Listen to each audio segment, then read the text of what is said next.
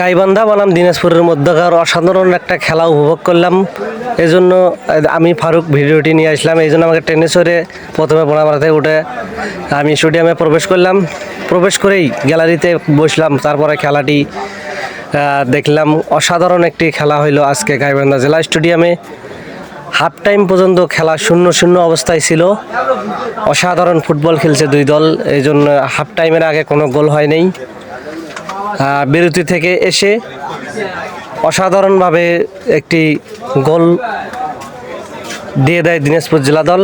পরে আরেকটি প্লান্টি পায় দিনাজপুর জেলা দল। পরে প্লান্টিটি খুব সুন্দরভাবে গাইবান্ধার গোলকি সেভ দেয়। দেখেন কত সুন্দর একটা প্লান্টি বল পেয়েছিল, গুলি সুন্দরভাবে সেভ দিয়েছে বলটি। এই যে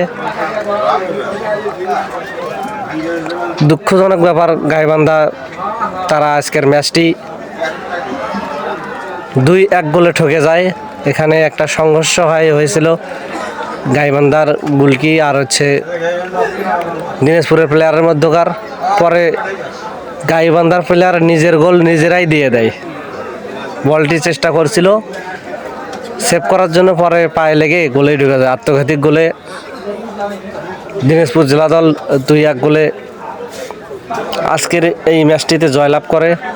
খুব সুন্দর একটি খেলা হয়েছিল, প্রচুর দর্শক হয়েছিল মাঠে।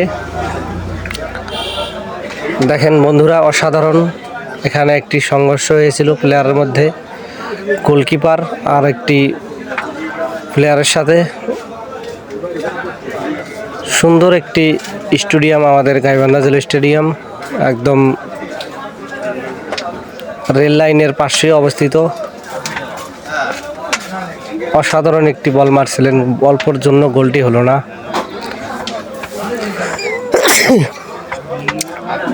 খুব সুন্দর খেলা খেলছে, কিন্তু দুঃখজনক ব্যাপার গাইবান্ধা জেলা দল তারা জয়লাভ করতে পারেনি। ম্যাচটি তারা 2-1 গোলে ঠকে যায়।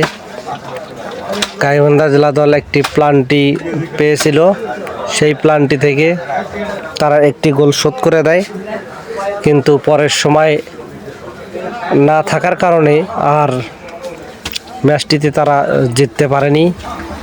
দেখেন এখানে প্লান্টিটা গাইবান্ধা প্লান্টি মারবে, প্লান্টিটা অসাধারণ একটি গোল দিয়ে দেয়। দেখেন খুব সুন্দর গোলটি দিল।